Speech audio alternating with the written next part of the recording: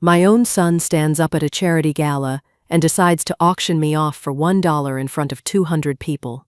I sat there at table 12 while everyone stared at me with pity. Brandon was smiling at the microphone like he'd just told the funniest joke. "She sits at home writing her little mystery novels," he said. "Maybe she'll even put you in one." Nobody was bidding. The silence was unbearable. Then a man in the back stood up and said, $1 million. The entire room went silent, a different kind of silent. And when that man walked forward and introduced himself, my son's face went from confident to white in about 3 seconds.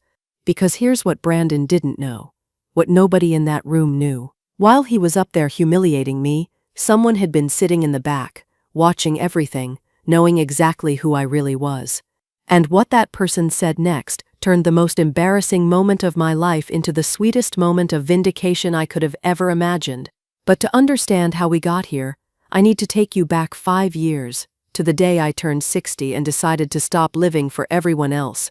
Before we continue, please leave a comment telling us where you're watching from, and subscribe to Never Too Old channel. We're creating a community of people who know that our best chapters can happen at any age. Now, back to the story. The retirement party was on a Tuesday afternoon. 35 years I'd worked at Dalton Insurance, and Linda from accounting brought a cake from the grocery store. They'd spelled my name wrong. Claire with an E, not an I. I didn't correct them. I never did. People I'd worked with for decades shook my hand and said the same things. "You'll love retirement. Now you can finally relax." I smiled and nodded. They meant well. Brandon couldn't make it. He sent a text around 2 o'clock. "Sorry, Mom, big meeting, can't get away." "Congrats." I read it twice, then put my phone back in my purse. Of course he was busy. He had important things to do. I drove home to my apartment in Normal Heights. 1 bedroom, 2nd floor. I'd moved in years ago when Brandon left for college, wanted something smaller, easier to manage on my own. The building was quiet. I unlocked the door and stood in my living room, looking around. Thrift store couch, coffee table with a water ring. I could never get out. Everything I owned fit in this small space.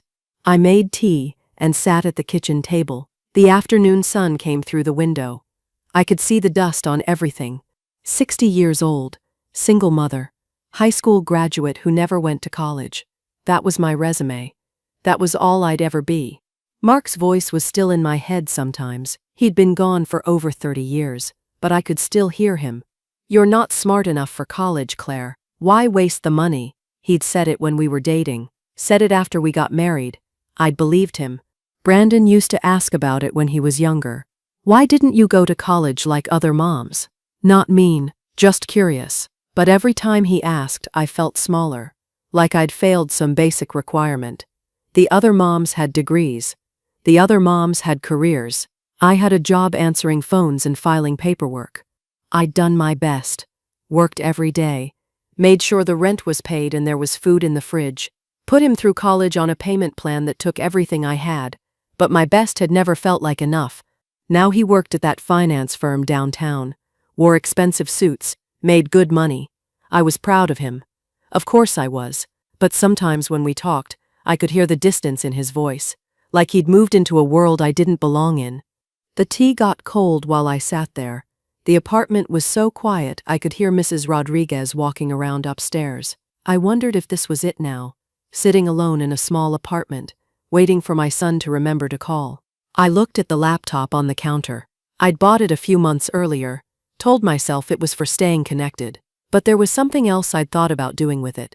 Something I'd wanted since I was young, but never had the courage to try. Writing. I'd loved books my whole life. Teachers used to say I had a good imagination, that I could write. One teacher, Mrs. Henderson, told me I should think about writing more. "You have a voice, Claire." I'd never forgotten that. You have a voice. Like I had something worth saying. But Mark had laughed when I mentioned it once. "You? Write a book? You can barely get through a newspaper." And that was that. I stopped talking about it. Stopped thinking about it. Except late at night when I couldn't sleep. Who was I kidding anyway? I was 60 years old. I'd never even been to college. I'd spent my whole life answering phones and filing papers and trying to keep my head above water. What made me think I could write anything worth reading? Nothing. That was the answer. Nothing made me think that. But I got up and opened the laptop anyway. My hands shook a little as I created a new document. The blank screen stared back at me. The cursor blinked, waiting. I didn't know what I was doing. I started typing. Just words. A sentence about a woman sitting alone. Then another. They were terrible. I could see that immediately. Clumsy and obvious and nothing like the books I loved. The kind of writing that would make Mrs. Henderson shake her head. I kept typing anyway. Because what else was I going to do? Sit here and watch TV until I fell asleep? Wait for Brandon to text me back in 3 days? Spend the rest of my life being the woman who'd never finished anything she started? I wasn't smart enough to write a book. Probably wasn't. But I had time now. For the first time in decades I had time, and that was something. I could try, even if I failed, even if no one ever read a single word. The sun moved across the table. The words kept coming, slow and awkward and probably worthless, but they were mine. I thought about Mrs. Henderson. You have a voice, Claire. Maybe she'd been wrong, but I was going to find out. I saved the document and named it Chapter 1. 3 pages of terrible writing. I stared at it for a long time. Part of me wanted to delete it right then. Get it over with. Instead, I closed the laptop and went to make more tea. If not now, when? Tomorrow I'd likely delete it. Realize how stupid this was. But tonight, just for tonight, I'd written something. That was more than I'd done in 60 years. I didn't delete it. The next morning I woke up, made coffee, and opened that document. The 3 pages were still terrible, but I added a 4th page anyway. Then a 5th. 6 months later, I had a manuscript, 247 pages about a woman named Helen who'd just turned 62 and stumbled into a murder investigation in her retirement community. She was smart, observant, the kind of woman people underestimated until it was too late. I'd written what I wanted to read, what I wished existed. A woman my age who wasn't someone's grandmother in the background, who wasn't invisible, who solved the puzzle while everyone else was still looking in the wrong direction. The file sat on my laptop for 2 weeks after I typed the last sentence. I didn't know what to do with it. You couldn't just walk into a bookstore and hand them pages. I'd looked it up. There were agents, publishers, query letters, a whole system I didn't understand. I spent 3 weeks reading everything I could find online. How to write a query letter, how to find an agent, what publishers wanted. Most of it felt like reading a foreign language. I made a list of agents who represented psychological thrillers, 15 names. I wrote a query letter, rewrote it again, then I sat there staring at the screen, my finger over the send button. Mark's voice in my head. Who do you think you are? I hit send before I could change my mind. Then I sent 14 more. The first rejection came 2 weeks later. I was washing dishes when the email arrived. I dried my hands and read it on my phone. Thank you for your query, but this isn't the right fit for our list. I sat down at the kitchen table and cried. Just sat there with soap suds still on my wrists and cried like someone had died. Brandon called that week. I almost didn't tell him about the rejection, but I wanted someone to understand what it felt like. I got a rejection today, I said, from a literary agent. A rejection? He paused. Mom, I don't want to be harsh, but maybe this is a sign. You're 60 years old. How many 60-year-olds get book deals? The publishing world is pretty competitive, and they're looking for young, fresh voices. Mrs. Henderson always said I could write. Yeah, when you were 17. That was 43 years ago. Look, I'm just being realistic here. Maybe it's time to find a hobby that's more age-appropriate. Have you thought about joining a book club instead of trying to write for one? My throat closed up. I see. Don't get upset. I'm trying to help you avoid disappointment. Anyway, I got promoted today. Senior accounts team. I'll be managing the big clients now, 6-figure deals. Pretty excited about it. That's wonderful, Brandon. Thanks. Hey, I gotta run. Client dinner in an hour. These things wait for no one. You understand. He hung up before I could say goodbye. The second rejection came 3 days later. Then the third. Then the 5th. I stopped counting after the 10th one. They all said basically the same thing. Not right for us. Not what we're looking for. We'll pass. By the 20th rejection, I was staring at the delete button on my manuscript file. My cursor hovered over it. One click and it would be gone. I could pretend I'd never tried, never failed. Go back to being exactly who I'd always been. Brandon had been right. I was too old for this, too late. The publishing world didn't want women my age writing books. My finger was on the mouse. Ready. Then an email came in. The subject line said full manuscript request. I blinked. Read it again. Whitmore Press, a small publisher I'd queried 3 weeks ago. They wanted to read the whole manuscript, not just the sample pages. I sat there shaking. Read the email 5 times to make sure I wasn't misunderstanding. They wanted to read my book. I sent the manuscript that night. Then I waited. Every day I checked my email 20 times. 30. The publisher's website said they responded within 8 to 12 weeks. I counted every single day. 2 months and 3 days later, another email arrived. Dear Miss Hartley, we would like to offer you a publishing contract for your manuscript. I read that line until the words stopped making sense. Then I read it again. They wanted to publish my book, actually print it, put it in stores, my book. I stood up from the table, sat back down, stood up again. I wanted to call someone, tell someone, share this with someone who would understand what it meant. I called Brandon. He answered on the 4th ring. Hey Mom, kind of in the middle of something. What's up? They want to publish my book. The words tumbled out. A publisher. Whitmore Press. They sent me a contract. Brandon, they're going to actually print my book. Silence. Then, wait, seriously, someone actually wants to publish it? Yes. Whitmore Press. Another pause. Never heard of them. Are you sure they're legit? There are a lot of scams targeting older people who want to be writers. Did they ask you for money? The excitement drained out of me. They're a real publisher, Brandon. Okay, but have you Googled them? I'm just saying.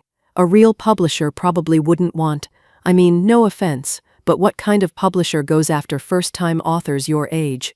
They specialize in mysteries and thrillers. Right. So what's the advance? $500? $1,000? I read somewhere these small presses barely pay anything. You're not expecting to make real money off this, are you? I looked at the contract still open on my screen. I haven't looked at all the details yet. Well, that's the first thing you should check. Don't get your hopes up about this being some kind of career. It's probably just vanity publishing with a professional name. Which is fine. If it makes you happy to say you have a published book, that's nice. Just don't quit your day job. Oh wait, you already did that. He laughed at his own joke. I should let you go, I said quietly. Yeah, I really do have to run. This client call started 5 minutes ago, and we're talking about a $3 million account. Real high-stakes stuff. But hey, congrats on the book thing. That's different. Talk later. The line went dead. I sat there holding the phone, staring at my contract. A contract from a real publisher who wanted my work. But all I could hear was Brandon's voice. Vanity publishing. Don't quit your day job. First-time authors your age. He'd hung up. Didn't say he was proud. Didn't ask what the book was about. Didn't even sound happy for me. Just assumptions that I'd been scammed. That this wasn't real. That I was too old for anyone to actually want my work. I looked at the contract again. It said they were printing 5,000 copies. It said they thought my book could find an audience. It said someone believed in me. Brandon just didn't happen to be that someone. The publisher asked if I wanted to use a pen name. I said yes immediately. It felt safer, like I could keep Claire Hartley separate from whoever was about to have a book published, like I could hide if this went wrong. I spent an hour trying different combinations. S.J. Morrison, close enough to my real name that it felt like me, different enough that I could disappear behind it if Brandon turned out to be right. The book came out 6 months later. No book tour, no interviews. They printed 5,000 copies and sent me 10. I held one in my hands and couldn't believe it was real. My name on the cover. Well, not my name, but close enough. The first week, nothing happened. I checked the sales rank on Amazon every hour. It was in the 600,000s, then the 500,000s, moving so slowly, I couldn't tell if anyone was buying it at all. Then a review appeared. 5 stars. The title was Finally. I clicked on it. Finally, a thriller with a protagonist who looks like my mother. I'm so tired of reading about 25-year-old detectives. Helen is 62, smart, and doesn't take anyone's nonsense. This is the book I've been waiting for. Thank you, S.J. Morrison. Please write more. I read it 10 times. Then I cried. Not like I'd cried after that first rejection. This was different. This was someone I'd never met. Someone who didn't know my real name, telling me my book mattered. Maybe Mrs. Henderson had been right all those years ago. Maybe I did have a voice. I opened a new document and titled it, Book 2. The second book came faster. 4 months instead of 6. I knew what I was doing this time. Helen was back, older by a year, sharper. The mystery was tighter, the writing was better. Sales of the first book kept climbing, slow but steady. Reader reviews appeared every few days, most of them from women my age who said they'd finally found a character they recognized. I read every single one. Whitmore Press called when I was halfway through the manuscript. They wanted book 2. The contract they sent was better than the first one. More money, longer deadline. They were paying attention now. Brandon came over for dinner on a Tuesday. I was at the kitchen table typing when he arrived. He'd let himself in with the spare key I'd given him years ago. Still at it, huh? He kissed the top of my head. That's nice, Mom. Keeps you busy. I saved the document and closed the laptop. Book 2 is coming out in 3 months. That's great. He opened my refrigerator, pulled out a beer I'd bought for his visits. Hey, so they're making me senior account manager, youngest person to get the position in like 10 years. Big raise, corner office next month. Brandon, that's wonderful. Yeah, it's pretty huge. Nash told me I'm on the partner track if I keep this up. We're talking serious money in a few years. He talked about his accounts through dinner, the clients he was landing, the deals he was closing. I listened and nodded, and asked questions. He finished his beer and stood to leave. Wait, I wanted to tell you about the book launch. The publisher is doing an event at a bookstore in Hillcrest. Small thing, but they're going to have copies for sale. He cut me off. That's really cool, Mom. Text me the details and I'll see if I can make it. I've got a crazy few weeks coming up. He was already at the door, checking his phone. Thanks for dinner. I'll text you later. He didn't text later. 3 months later, Brandon showed up at another Tuesday dinner with someone new. Her name was Jessica. She had straight dark hair and wore a blazer even though it was just dinner at my apartment. She shook my hand instead of hugging me. It's so nice to finally meet you, Claire. Brandon talks about you all the time. We sat at my kitchen table. I'd made lasagna, the one dish I knew how to make well. Jessica picked at it while Brandon ate 2 helpings. Brandon mentioned you write, Jessica said. That's so sweet. What do you write? Romance novels? Psychological thrillers, actually. Oh, she laughed. Same thing, right? Stories. I opened my mouth to explain the difference, but Brandon was already talking about the restaurant they'd tried last weekend. Jessica's hand rested on his arm while he talked. She laughed at his jokes. She belonged to the world he'd built, the one where I was his mother who wrote little books. I cleared the plates. Brandon and Jessica left 20 minutes later. She hugged me at the door, quick and polite. You have such a cozy little place. Very charming. Book 2 came out the next week. The sales were stronger than the first book. It climbed into the top 10,000 on Amazon within 2 days. The reviews kept coming. More emails. More women thanking me for writing Helen. One email arrived on a Sunday morning. I was drinking coffee, still in my robe. Dear S.J. Morrison, I'm 64 years old. 3 years ago my husband died, and I thought my life was over. I thought I was just waiting to die too. Then I found your books. Helen is my age.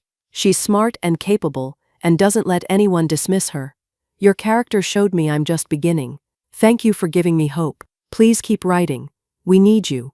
I read it 5 times, then I cried into my coffee. I forwarded it to Brandon with a message. This is why I write. 3 days later, he responded. That's sweet, Mom. People are really nice online, aren't they? I stared at his text for a long time. People are nice online. Like the email was just someone being polite. Like it didn't mean my work had changed how another human being saw their life. But I was learning. I didn't need Brandon to understand. The woman who wrote that email understood. That was enough. An email came from New York 2 weeks later.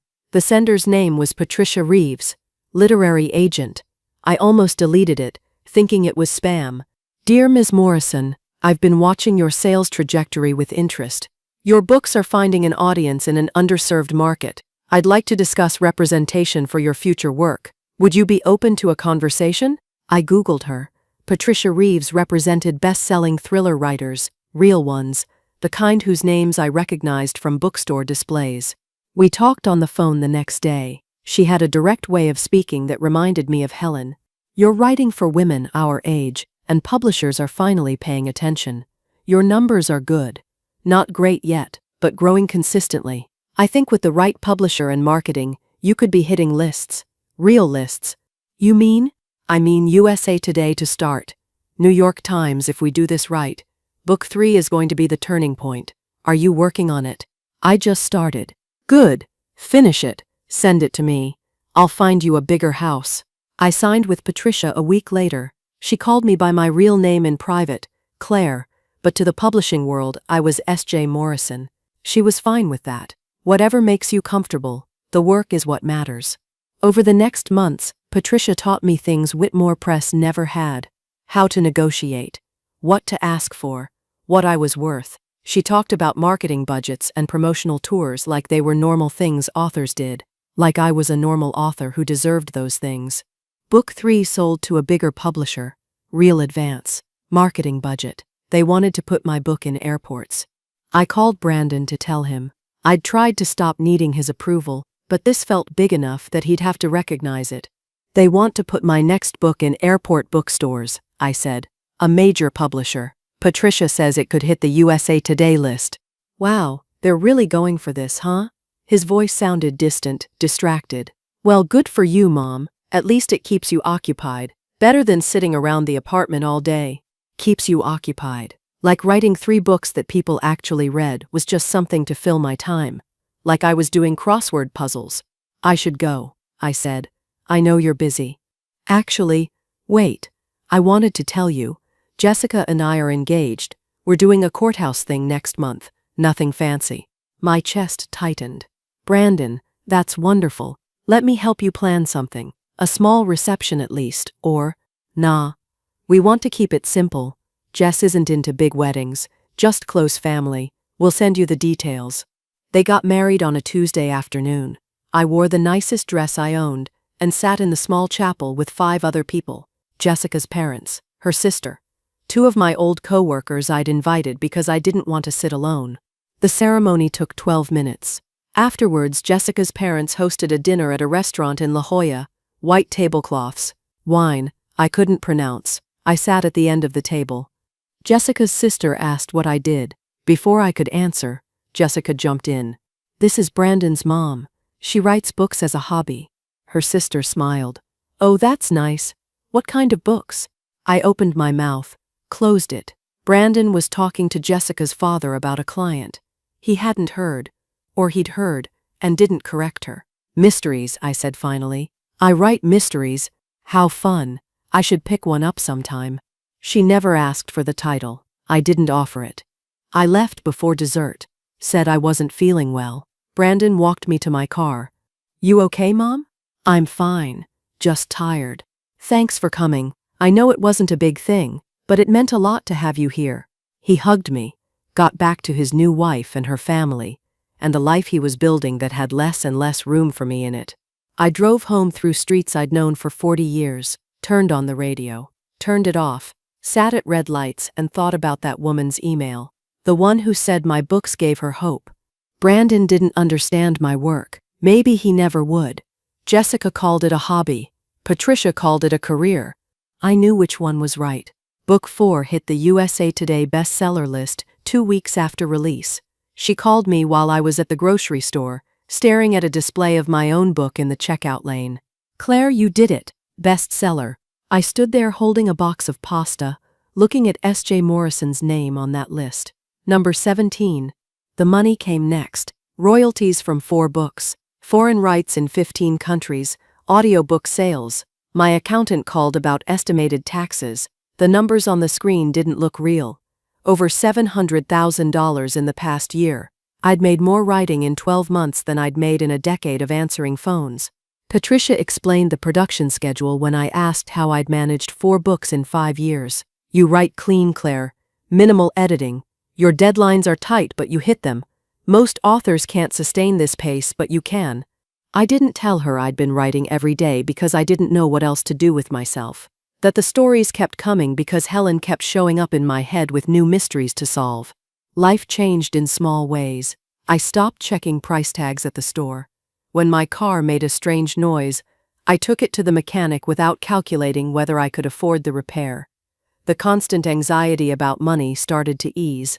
Reader emails came every day now. Women my age, older, younger.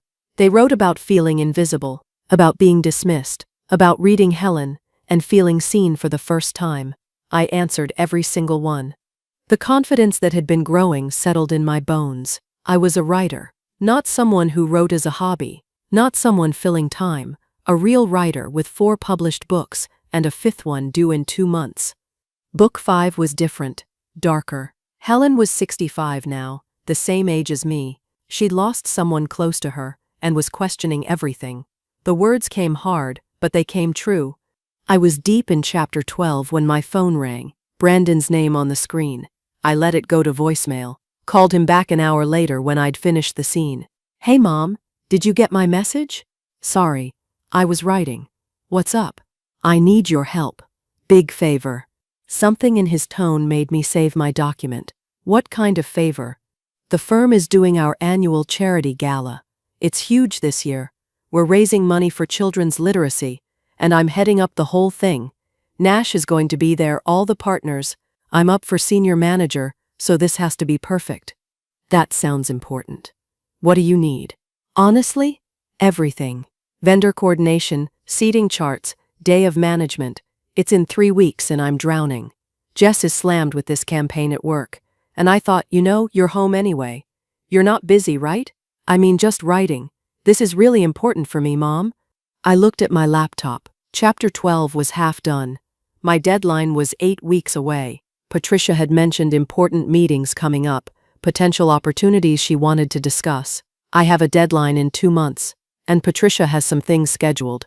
2 months is plenty of time. This is just 3 weeks. Come on, Mom. I really need you. The old pull, the familiar weight. Of course, honey. What do you need?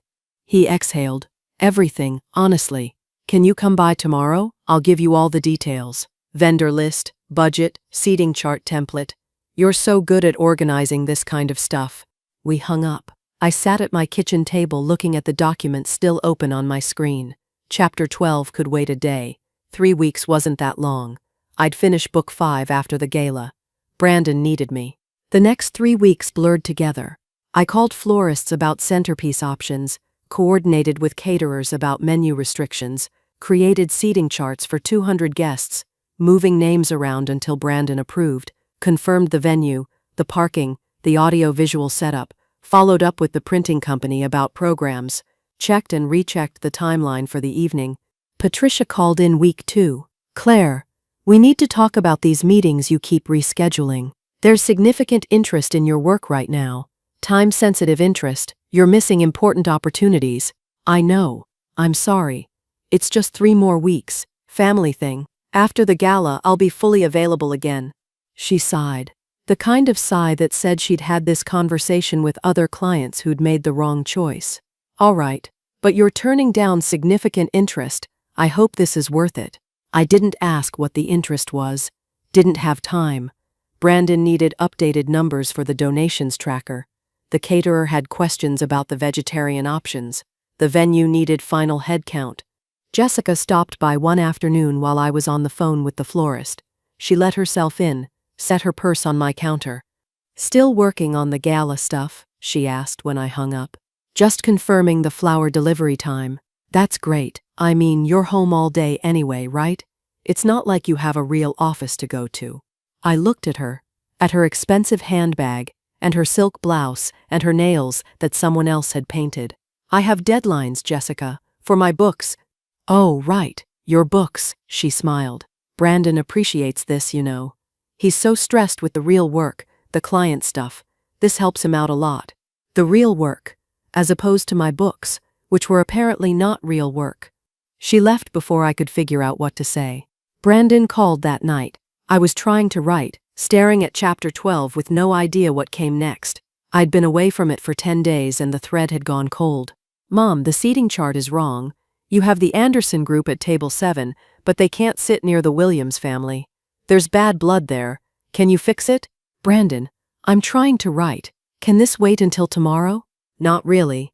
I need to send the final chart to the venue by morning. It'll take you like 10 minutes. He wasn't asking. He was telling me this was more important than whatever I was doing. I'll fix it tonight. Thanks. You're a lifesaver. Oh, and the caterer keeps calling me about the gluten-free options. Can you just be the point person for that? I don't have time for this stuff. Sure. Thanks, Mom. I gotta run. Client dinner. Talk tomorrow. He hung up. I closed my manuscript and opened the seating chart. My publisher emailed the next day. Claire, we need the manuscript. Are you on track for the deadline? I looked at chapter 12. Still unfinished. 6 more chapters to go. 8 weeks until deadline. The math wasn't working. Yes, almost done. I wasn't almost done. I wasn't even close. I was exhausted. 1 week before the gala, I spent all day at the venue coordinating final setup, where the registration table would go, how the stage would be positioned, where to put the donation display. The event coordinator had questions every 15 minutes.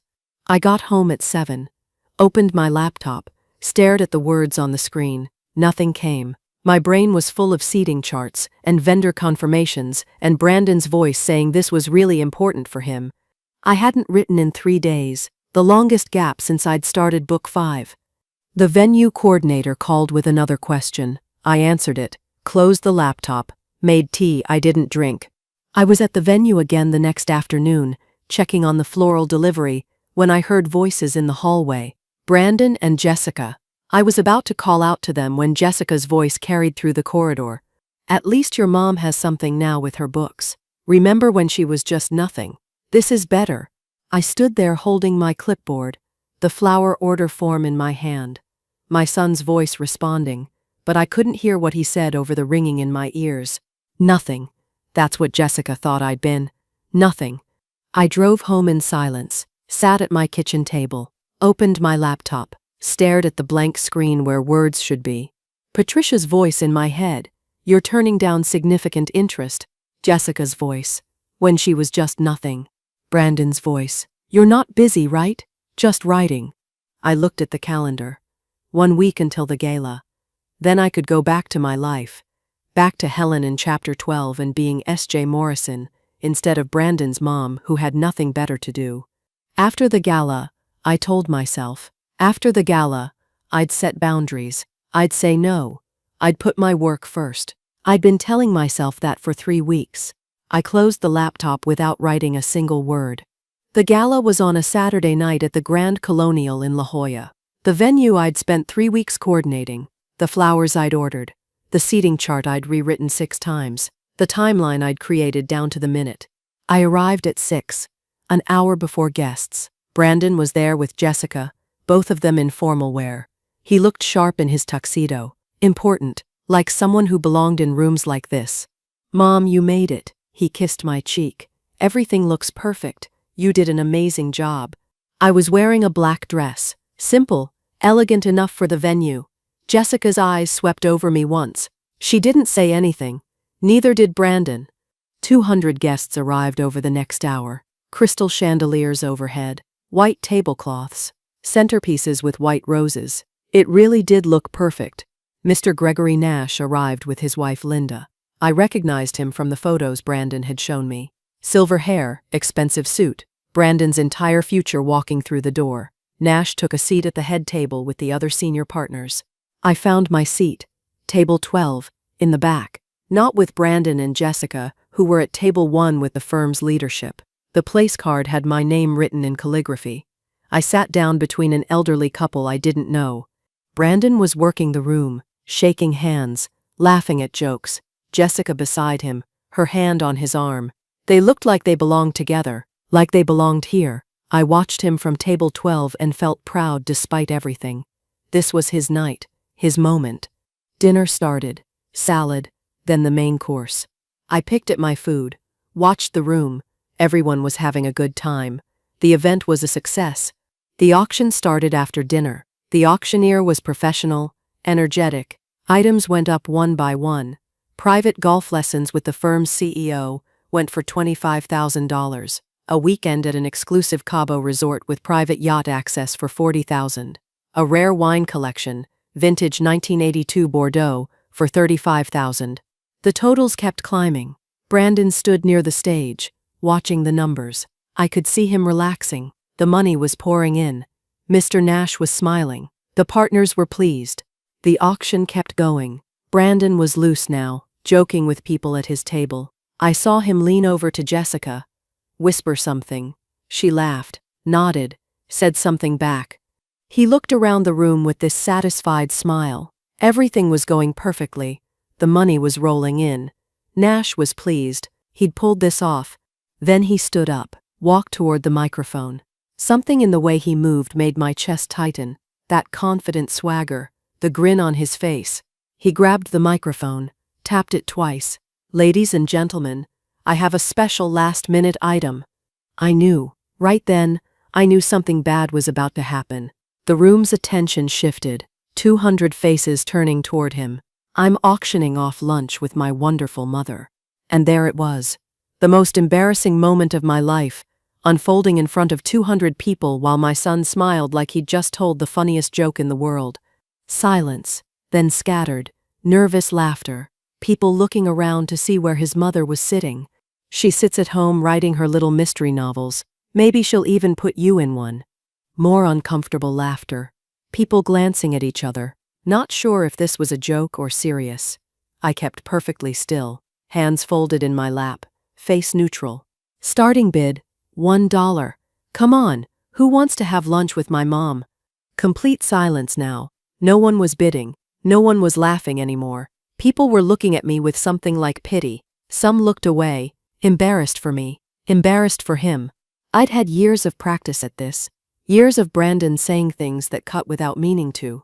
Years of holding still while people looked at me like I was something small. Jessica was beside him at table 1, smirking. Like this was funny. Like humiliating me in front of 200 people was entertainment. Brandon was still smiling, waiting for someone to bid, to play along. No one did. The silence stretched. 5 seconds, 10.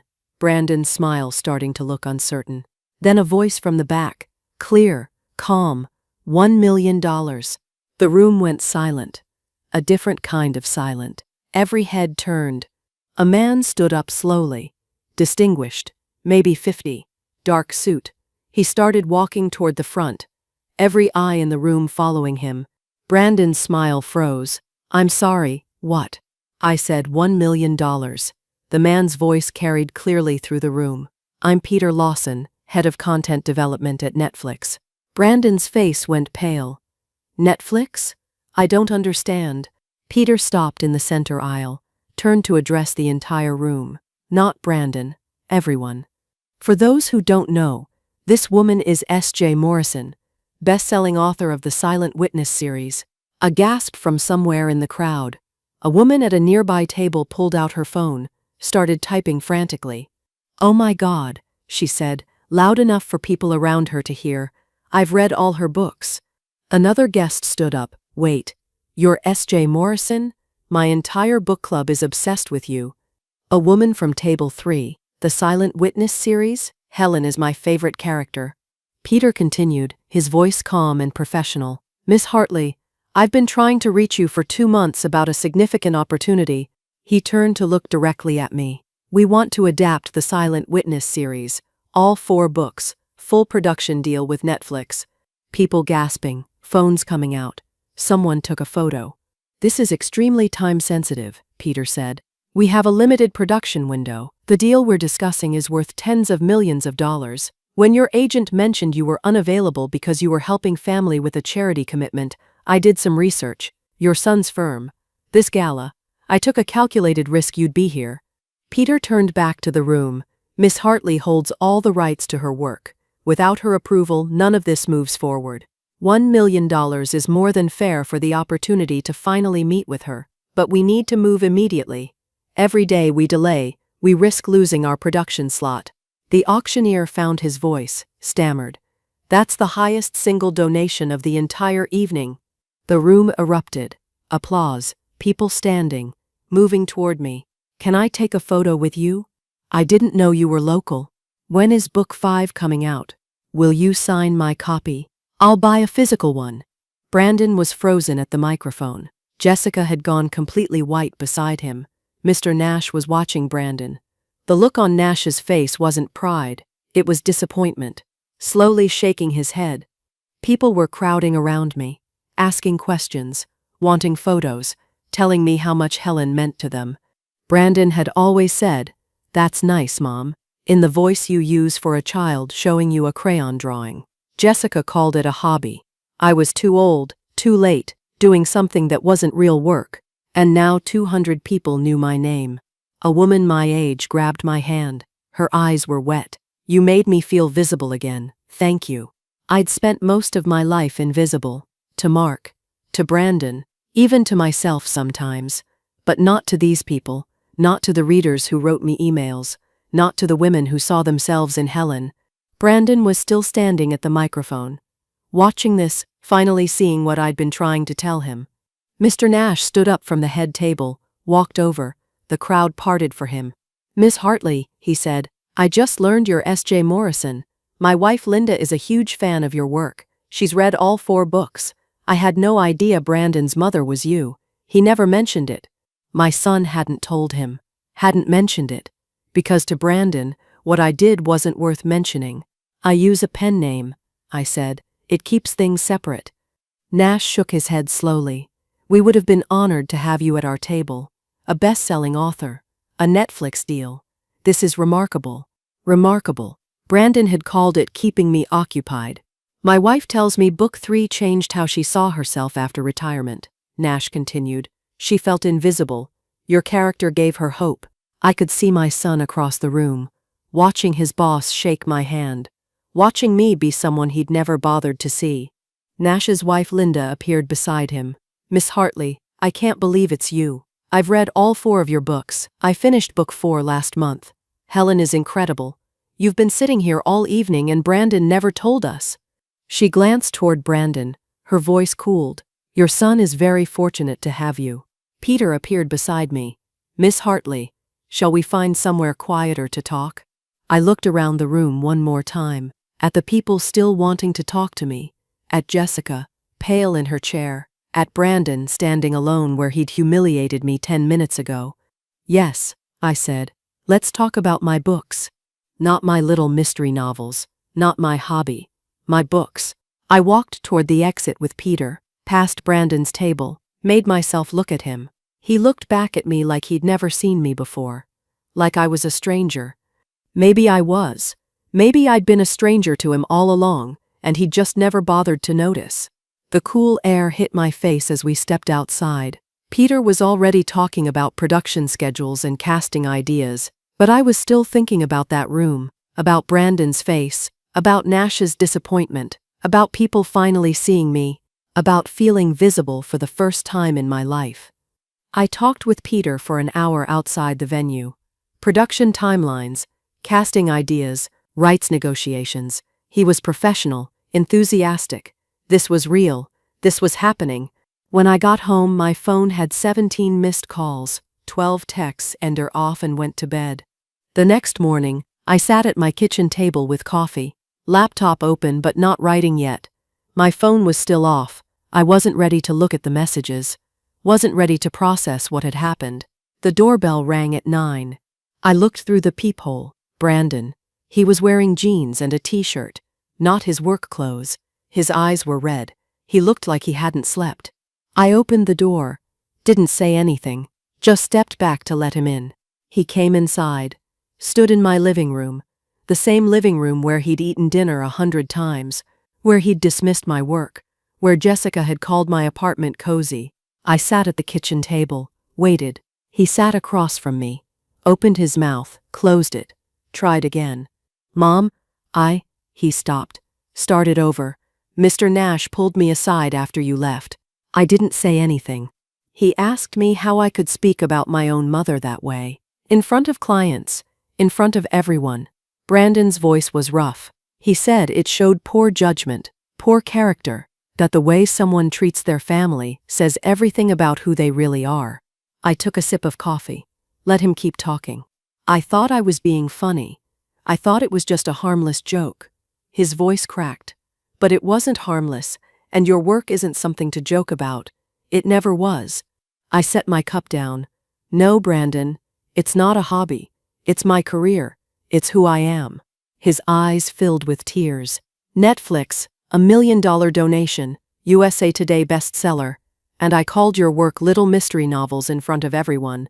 I auctioned you off for $1 like you were nothing. You gave up everything for me, he continued.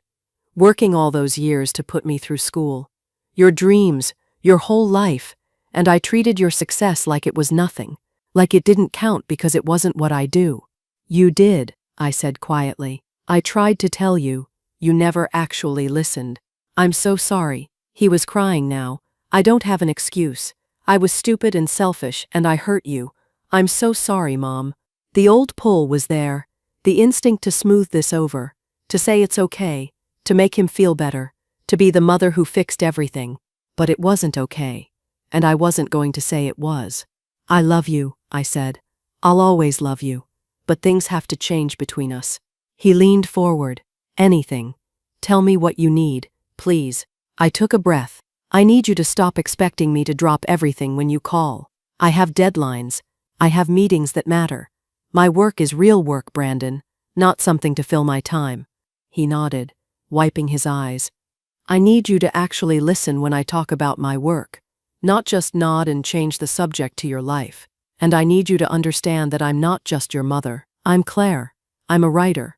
I have my own life that doesn't revolve around you. You're right, he said. All of it. I'll do better. I swear I'll do better. You have a chance to prove that, I said. But I'm done sacrificing myself to make your life easier. Those days are over. Can I make this right? His voice was small. Can we fix this? We can try, I said. But you have to actually try, not just say you will. He nodded, hesitated. Jess wanted to come too. She's ashamed of how she treated you. She's been crying since last night. She can call me when she's ready, I said. But you came here first. That means something. I smiled a little. Start by reading one of my books. Actually reading it, not skimming, not pretending. Actually read it and tell me what you think. He laughed through his tears. I'll read all 4. I should have read them a long time ago. I should have been your biggest supporter instead of your biggest critic. Yes, I said. You should have. We sat there for a minute. Then he stood. I stood too. He hugged me. It felt different this time. Like something had shifted. Like a boundary had been drawn. And we both knew it was there. I love you, Mom. I love you too. He left. I watched him walk to his car from the window. Watched him drive away. Then I sat back down at my kitchen table. Opened my laptop. The book 5 manuscript was still there. Chapter 12. The one I hadn't been able to finish because I'd been too exhausted from planning his gala. An email from my publisher was waiting. Claire, everything okay? Just checking in on deadline. I wrote back. Need 2 more weeks. Personal situation resolved. The story will be better for it. The response came within minutes. Take the time you need. We trust you. My phone was still off. I turned it on. 17 more messages had come in overnight. Patricia. Peter. Readers who'd somehow found my number. I'd look at them later. The phone rang. Brandon's name on the screen. I looked at it. Then at my manuscript. Chapter 12 was waiting. Helen was waiting. I let it go to voicemail. I'd call him back later. Right now, I needed to finish this chapter. A small smile spread across my face. The apartment was quiet. The coffee was still warm. The words were starting to come back. I'd spent my whole life making myself smaller so other people could feel bigger. Putting everyone else first. Being the person who said yes even when I wanted to say no. I typed the first sentence of chapter 12, then the second. The words came easier now. For the first time in my life, I'd chosen myself. And it felt right. So, that's my story. I'd love to hear what you think. Was Brandon's apology enough, or I should have set even stricter boundaries? Let me know in the comments, and subscribe for more stories like mine.